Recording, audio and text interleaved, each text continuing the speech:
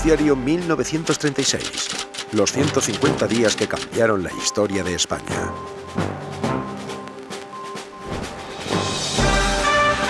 Noticiario independiente de la tarde. Desde nuestros estudios de la calle Antonio Maura de Madrid.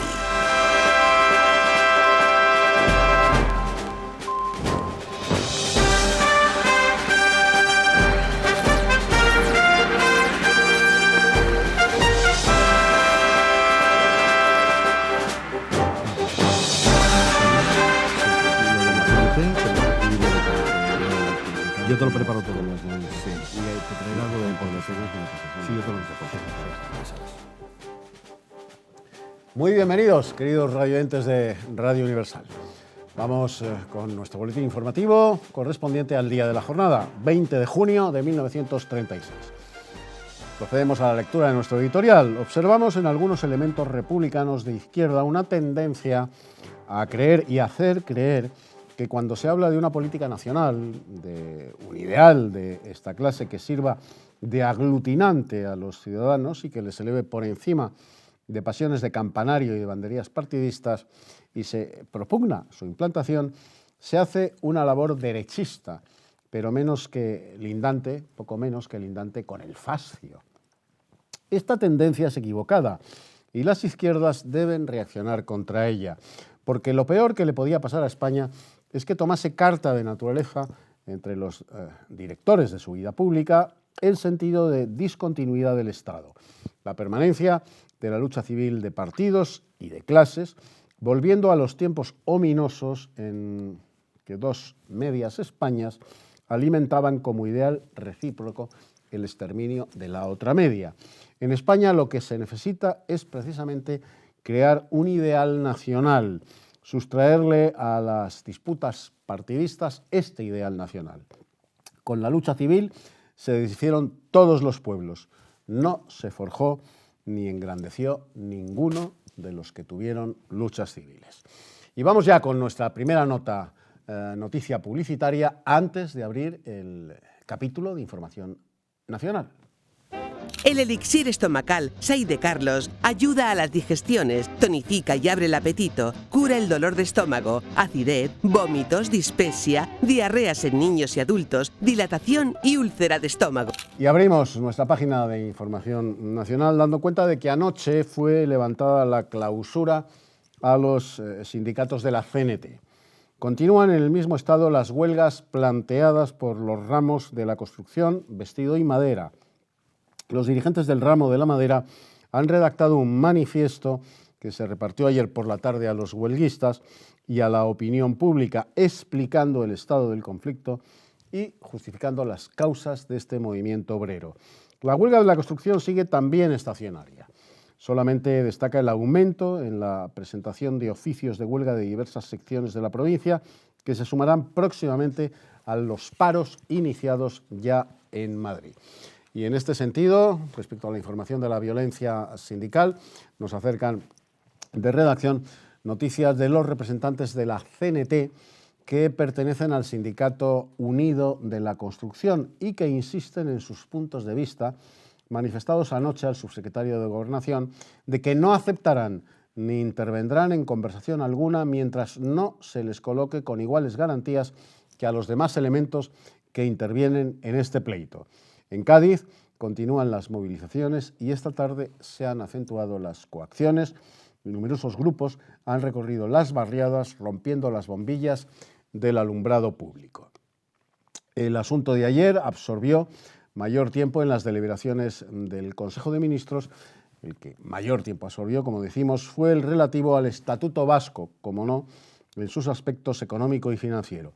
Se deliberó principalmente sobre el aspecto jurídico de la cuestión, ya que al establecerse el concierto económico con las provincias vascongadas, solo se resolvería un problema económico parcial y ahora con el estatuto que ha de regular la autonomía del País Vasco se crea un régimen político total y definitivo cuyas consecuencias administrativas son muy distintas a las del concierto económico.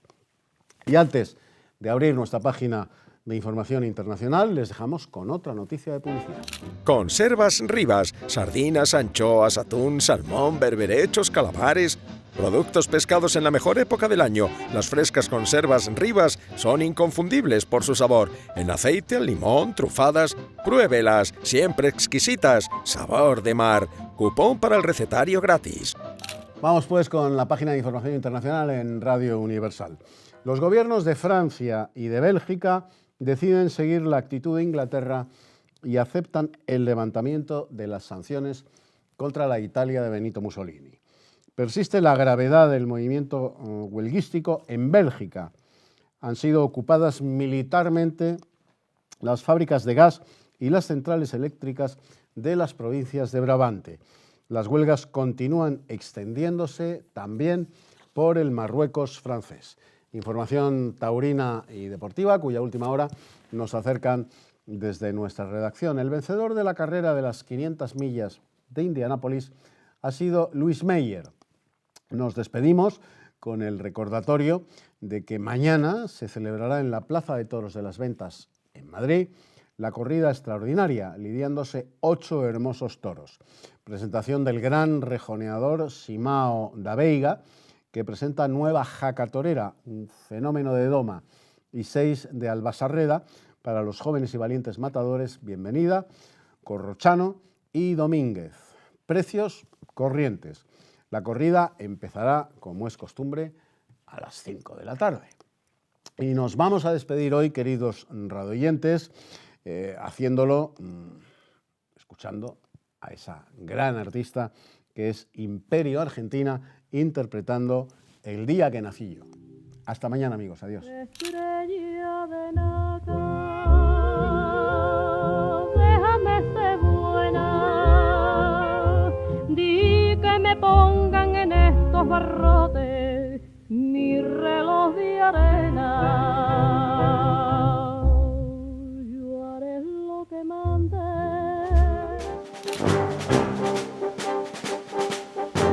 Bueno, pues nuevamente para explicarnos lo que nosotros les hemos narrado, que aconteció, que sucedió el 20 de junio de 1936, hace nada, hace un momentito, está con nosotros nuevamente Luis Togores, profesor, historiador y escritor, prolífico escritor, por cierto. Muy bienvenido otra vez a tu programa, querido Luis. Muy buenas, don Eduardo. Bueno, vamos a empezar comentándole a nuestros televidentes. Se levanta la clausura de los sindicatos de la CNT. ¿Esto a qué es debido?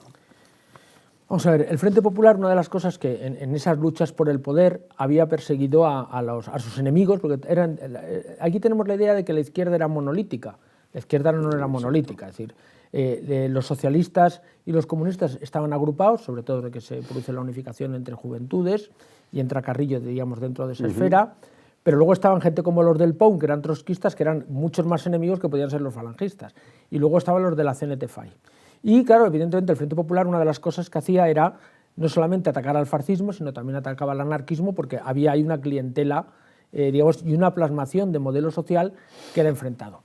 Claro, los anarquistas no se presentan con el Frente Popular, pero sí pidieron el voto o dejaron a sus afiliados que les diesen el voto. Entonces, bueno, en esos 150 días del Frente Popular hay tensiones a favor y en contra, digamos, de hay veces que se ponen de acuerdo y otras veces que se separan. Este es uno de los momentos donde la amistad entre socialistas y cenetistas se está, digamos, acercando, ¿no? Entonces una de las maneras es volver a permitir abrir las sedes y abrir la mano dentro de ese estado de alarma donde podían cerrar las sedes y tenerlos acogotados. Y ahora están viviendo una pequeña primavera dulce que va a durar prácticamente hasta el inicio de la Guerra Civil y los primeros meses hasta el 37. Hasta el 37, efectivamente. El tema del Estatuto Vasco, Luis, estaba en la mente de muchísimos españoles entonces, al igual que hoy. ¿Qué diferencia había entre concierto económico y estatuto político? Vamos a ver, el concierto económico era sencillamente un tema de reparto de dineros de impuestos, lo de siempre. Es decir, el concierto económico era que el País Vasco cobraba una parte de los impuestos y, digamos, el gobierno en Vascongadas, el gobierno autonómico, decidía en qué se gastaba el dinero y, por tanto, Madrid no opinaba. Pero ahora, con la llegada del Frente Popular, se quiere ya más cosas, se quiere tener un parlamento, se quiere una serie de decisiones políticas de todo tipo que evidentemente les van acercando hacia la independencia, porque claro, una cosa es manejar el dinero y otra cosa es tener ya, digamos, tu propio parlamento, tu propio gobierno vasco. Luego, cuando empiece la guerra, van a tener su propio ejército, que sale de ese estatuto, que son los famosos gudaris. Entonces estamos, digamos, avanzando lentamente a ese proceso de independencia, que en el caso del País Vasco, bueno, pues quedará cortado por la guerra civil, que los catalanes, curiosamente, ya lo habían intentado el año 34, cuando produjeron el golpe de Estado, y que también están en la misma línea, es decir, ir avanzando primero de un concierto económico y luego un estatuto de autonomía, que los dos llevan hacia el camino de la independencia, exactamente igual que en la actualidad. Se están produciendo huelgas, Luis Togores, en prácticamente todos los sectores productivos de la economía española, pero son especialmente violentas en Cádiz, estas huelgas. Bueno, las huelgas ocurren en todas partes. Lo que pasa, porque además lo que más llama la atención cuando uno ve la República es que prácticamente todos los gremios, digamos, o todas las especialidades laborales están constantemente en huelga. El de costureras, algunos veníamos ahora comentando antes de entrar al programa, los ascensoristas, trabajos que hoy día no existen, están constantemente en huelga. En este momento en Cádiz se producen unas huelgas verdaderamente violentas.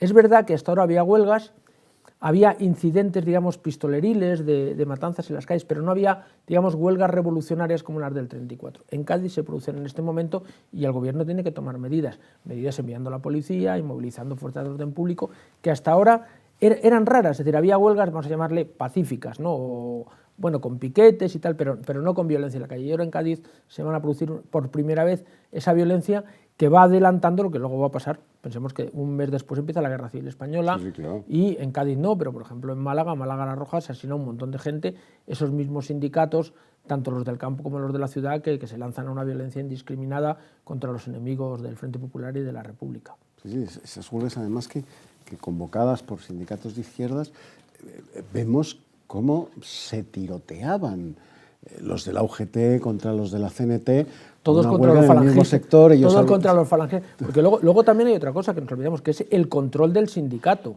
Y porque, por ejemplo, a lo mejor el sindicato de ascensoristas, había ascensoristas de la UGT y ascensoristas de la CNT, y estaban enfrentados porque había el control, digamos, de la rama laboral, ¿no? Y claro, eso a veces había sus tensiones que a veces, bueno, a veces no, muchas veces se empiezan a solventar ya a golpe de revólver, porque tú sabes que el arma que les gustaba en esta época era el revólver, la pistola era una cosa todavía un poco de señoritos. Sí, claro. Luis, vamos a ver, los periodistas y sus mujeres tuvieron que salir a vender los periódicos, ellos, a vender los periódicos con carretillas por las calles de la ciudad. Claro, hoy, a los periodistas y a sus santas. Claro, tú imagínate un Cádiz en el que ha estallado la revolución, ¿no? y donde prácticamente nada funciona. Claro, los periódicos, sobre todo los periódicos que venían de otro sitio, tienen que venderse, porque ese es el negocio. Había un sindicato porque claro, los periódicos se vendían, muchos en kioscos, pero la mayoría se vendían voceando y tal. Esos también están en huelga o no quieren salir a la calle, entre otras cosas porque algunos periódicos eran de derechas. Si no vendes periódicos no ganas dinero, si el dinero no cobras. Y entonces los periodistas salieron a vender con sus mujeres. Hoy día, ¿te imaginas a Pedro J. Ramírez saliendo? A ver, ya, pero el periódico tenía que salir, se había impreso y había que venderlo, y lo cual, bueno, no sé, a mi amigo Paco Maronda, ¿te imaginas a Paco Maronda salir con Marina con la carretilla a vender? Vendiendo los periódicos, no, claro. Claro, porque el negocio tenía que funcionar, y dado que todo se había paralizado, los directores de periódicos, los redactores, la gente importante del periódico, claro, salió a vender el periódico. A la fuerza ahorcan. Tanto por dinero como también por no sentirse coaccionados por digamos, claro, por el Estado revolucionario, que impedía que las noticias llegasen a la gente. Pensar que en esta época la radio tenía poca fuerza todavía, no existía la televisión, y el principal medio de comunicación es la prensa escrita. La prensa escrita, efectivamente. En un país, por cierto, con un índice de analfabetismo bastante muy grande, importante, sí, muy elevado. Sí. Bueno, Luis, vamos a ver, la intranquilidad sindical azota también fuera de España, no es un problema exclusivo de España y del gobierno de la República. En Bélgica, los huelguistas han obligado, nada menos que al ejército, a ocupar las fábricas de gas y las centrales eléctricas. Bueno, esto, mira, Eduardo, es que nosotros tenemos una mentalidad muy española, que pensamos que lo que nos pasa a nosotros no le pasa a nadie, ¿no?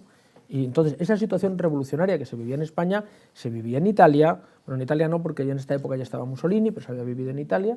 Entonces los sindicatos se lanzan a la huelga y el gobierno, que es mucho más duro que el nuestro, saca el ejército para mantener la paz y hacer con el control, digamos, de las industrias básicas, gas, electricidad, etc. Un gobierno democrático como, como el gobierno belga, no tiene el menor empacho en sacar al ejército. Bueno, nos tenemos que ir, queridos amigos, hasta la edición de mañana de Noticiario 1936. Les esperamos aquí. Y a ti, querido Luis, pues hasta la próxima vez que te toque, que va a ser pronto. Un abrazo muy fuerte. Adiós, adiós, amigos.